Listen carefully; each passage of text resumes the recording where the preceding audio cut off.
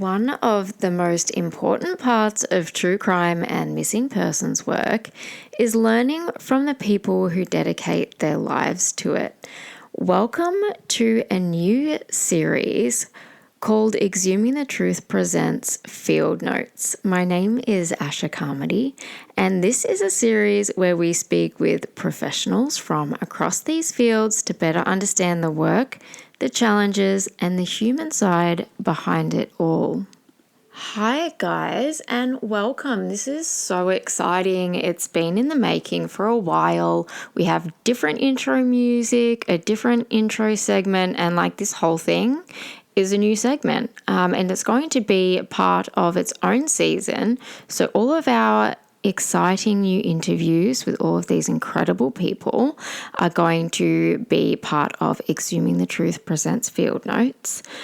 And I first and foremost want to, before introducing our incredible guest, I have to acknowledge that I had some tech issues during this interview, which was so irritating. And I would love to say, we had some teething issues. However, I've used the app that I use to do these interviews so many times that it was not a teething thing. It was just incredibly annoying, and our guest Chris, he handled it so well. He was so patient with me, and it wasn't ideal, but he just powered through and was very helpful. So I have to acknowledge that as well.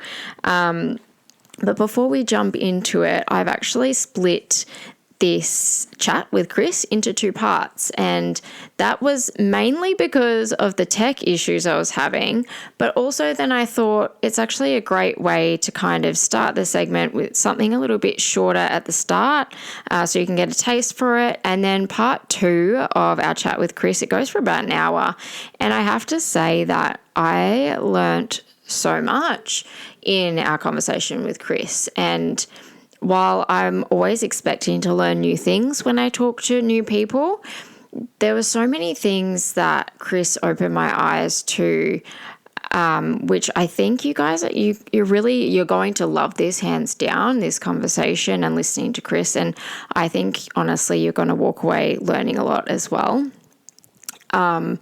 It was great, and I honestly felt a bit like Owen Wilson, if you know what I mean, because I was saying wow like every 5 seconds, and I realized now listening back and looking back how irritating that is. So I apologize for that, but truly I was left speechless many of the times learning about what it's really like for Chris. So Chris Darcy is the president of Search Dogs Sydney. There are so many families across the country that know his name and are incredibly grateful for him and his assistance in the work that he does.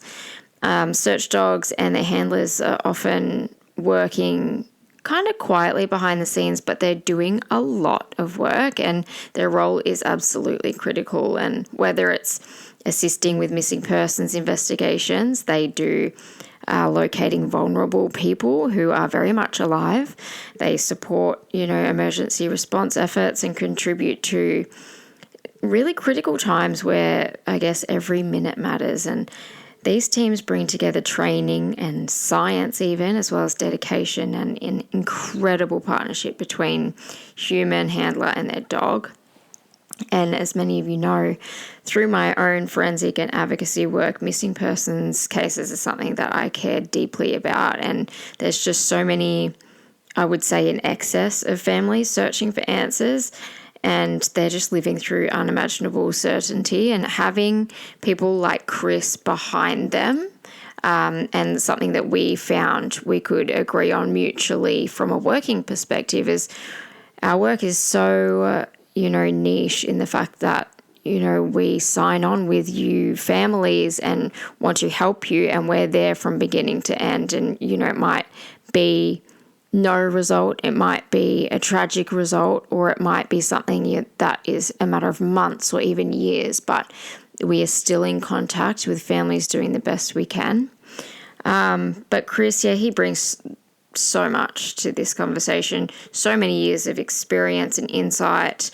We chat a lot about the operational side of things, but also the reality of things. And yeah, before we jump in, full transparency, technology was not on my side. So this is more of a teaser, part one, and part two, you'll get all the juicy details. So this is part one. Think of it as your introduction, your teaser, and your chance to kind of get to know Chris and the incredible work that he does. So part two is going to be a bit more of a deep dive. But as always, the views and opinions expressed during this chat are those of the individuals involved, and they're intended for education, awareness, and advocacy purposes. Thank you for being here and for supporting us at Exhuming the Truth. And most importantly, thank you for continuing to care about the people behind the cases.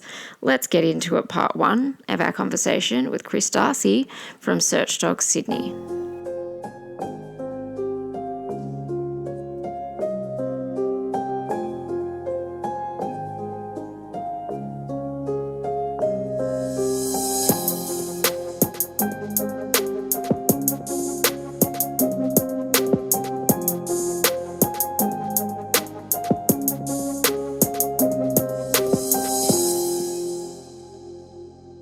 Welcome, Chris Darcy. You are the president of Search Dogs Sydney. What a cool title to have, first and foremost, as a massive dog lover more than anything. I think this is so cool. When I told my kids who I was speaking with tonight, they were like, oh my God, that's so cool. So they were stoked. So are you able to introduce yourself and a little bit about what you do? Sure. My name's Chris Darcy. I'm the president of Search Dogs Sydney. I have been for 10 years. I'm the founding president. I don't think anybody wants to take on the role. That's why I've been here for the last 10 years plus. You're Search Dogs Sydney, but I do know you do a bit of travel. Is that right? That's correct. So originally when we were formed back in 2016, we were envisioned to just be a search and rescue dog organisation that provided dogs to police and emergency services to assist in locating missing persons, both in any environment. So my background is urban search and rescue. I am a canine search specialist for urban search and rescue, and was for 5 years until we opened up this organisation. And yes, that was the plan, that we were just going to be using dogs across the state. However, over the last 10 years, the need has come about that we do need to travel vast distances to support the families of loved ones who are, needing to bring home their loved ones. Do you think that, like, in that 10 years that you've been working, do you think there's been a bit of an increase in missing persons cases that you are working on? Oh, there's definitely been an increase. I mean, when we first started in 2016, there was 37,000 people a year reported missing. Last year across Australia, there was more than 60,000 people reported missing. In actual fact, I spoke to the Bureau of Crime Statistics today asking them for their most current research and figures. And they got back to me very, very quickly saying that they don't keep any statistics on missing persons. So it's all about the information that we have to gather to keep track and to maintain. And that's where over the last 3 years we've had to get that through questions on notice within the New South Wales State Parliament. Wow. We actually had a lady that you might be familiar with, Stephanie Fielding. Yes. And she wanted us to specifically have a chat with you about what it is that, like, your involvement with New South Wales Parliament and the inquiry into, I guess, how missing persons are dealt with. Is that right? Yes. Look, about 5 years ago, we started talking and raising the idea that, these numbers were just getting too out of hand, not only here in New South Wales, but Australia. And we started to float the idea of a royal commission. And in 2023, I started to try and have some conversations with our federal MP and try and get that happening. And not long after our esteemed Prime Minister, Mr Albanese, got into power, we tried to fight for a royal commission into missing persons. However, his response to me was, there's not enough interest. It's not going to affect enough people. So subsequently, we looked at how many people were affected by missing persons here in New South Wales and decided that we would break it down on a state-by-state basis. So given the fact that all of my research mainly pertained to what occurred here in New South Wales, we pushed and we got a petition out there, and we got our 10,000 signatures for a debate in Parliament for an inquiry into missing persons investigations here in New South Wales and the lack of oversight. And whilst the Police Minister did decline having an inquiry, a parliamentary inquiry for missing persons, the New South Wales Premier a couple of months later did revisit his idea and agreed to have a parliamentary inquiry. And now Jeremy Buckingham is leading the way very well at having an inquiry here in New South Wales to investigate the unsolved homicides and missing persons problems that we do face here in New South Wales. And the hope is that, once we get it out, and we've already seen some states starting to take notice, that if we can get it happening here, then other states will really start to pick up the ball and run with it, because we do need to make some pretty serious changes to the way in which we manage our missing persons and the way in which we recover our loved ones that are either murdered from unsolved homicides. And, there's a great deal of human remains that are right across the country, and there's a lot of families that are searching for answers. Well, first of all, that's great. I would love to see it go into an inquiry, because like you said, it kind of start off a bit of a ripple effect, I think, across all of the states. And in WA, I haven't actually been to New South Wales, but judging by, I've got a couple of cases there and we do a lot of aerial work, and judging by the terrain, I mean, it's a lot like WA. There's so much land in these states that are kind of untouched, if you will. And it's almost impossible. You can have every service available to try and help, especially cold cases and things like that. Especially, new builds, people, building up estates and things like that on land, and it's hindering everything. So I think the quicker it gets in and gets recognised in by the way of coronial inquest, that'd be great. What do you hope the result will be? Are you hoping to just say, hey, look at this and give us some recognition to start with, or are you hoping for a bit more from that? We're hoping a lot more for that. We've actually gone ahead and created the business case for a new organisation. We've gone ahead and created the new organisation, which is quite a number of people involved in search and rescue and those assistants of that here in New South Wales. We've all come together and we're going to all merge under one banner. We've also got 75 pages of legislation that's drawn up, ready to go. We've already sent that to the parliamentary lawyers to have a look at. We've also got support from many MPs, bipartisan MPs, to assist us in getting this across the line.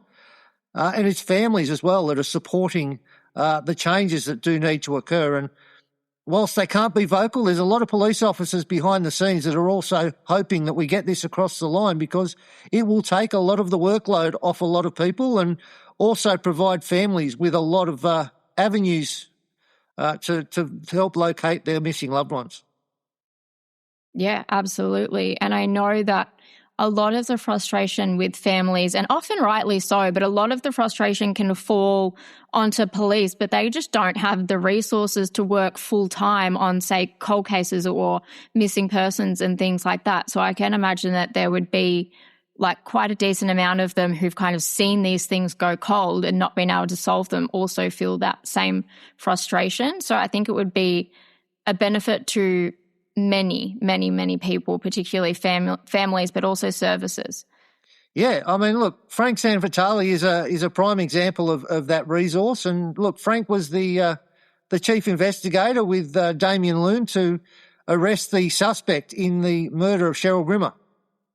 Now, he extradited the alleged perpetrator from Victoria after going and spending years and years and years investigating what happened and trying to disprove that this actual thing occurred. And I don't want to go into great detail on this, so I'll be very general about it. But what he did was he proved that this information was correct. However, he didn't have access as a homicide investigator in New South Wales to the right tools to go out and search for Cheryl's body. And it wasn't until he actually left the police force that he was able to access us, and we were able to go down and search the areas in question. And we've now got samples before a university currently getting tested here in New South Wales, which is ultimately creating the new testing regime across Australia, because the testing currently does not happen by any police force in the country. Wow, that's insane to learn that. Do you work, you said before, so you often assist police now in your efforts, in their search efforts, I guess. Is that in like more so context of like a recent active missing person? No, we do not assist not police in any way, shape or form. Whilst we would absolutely love to assist the New South Wales Police to do their jobs, they actually will not and point blank refuse to contact us or liaise with us to assist. In actual fact, I've been pushing for the last 3 years to have a meeting with the New South Wales Police Minister, and she refuses to even meet with us to discuss the problems that affect missing persons here in New South Wales. Do you think that could be like partially because they feel like services are stepping on their toes, or do you think it's more of this isn't as big of an issue as what, they don't realise how big the problem really is? I'm in two minds about the answer to that question, because I think they're fully aware of the issues, but they don't want to admit it. And by openly admitting it, it will, bring some people into disrepute. However, we can't just bury it under the carpet. All right, guys, I'm going to call it here, or this is round about the time we started experiencing some issues, and is the perfect time to end part 1 to give you a bit of an idea of what part 2 is going to look like. It does exceed an hour, and that is after editing it. So it's a really great chat. There is going to be a video for that part 2. So if you are more of a visual person, you'll be able to watch the video of Chris and I having a chat on YouTube. It will be out next week. Otherwise, you can listen to it via podcast. It will be uploaded in both formats, whatever's easier for you.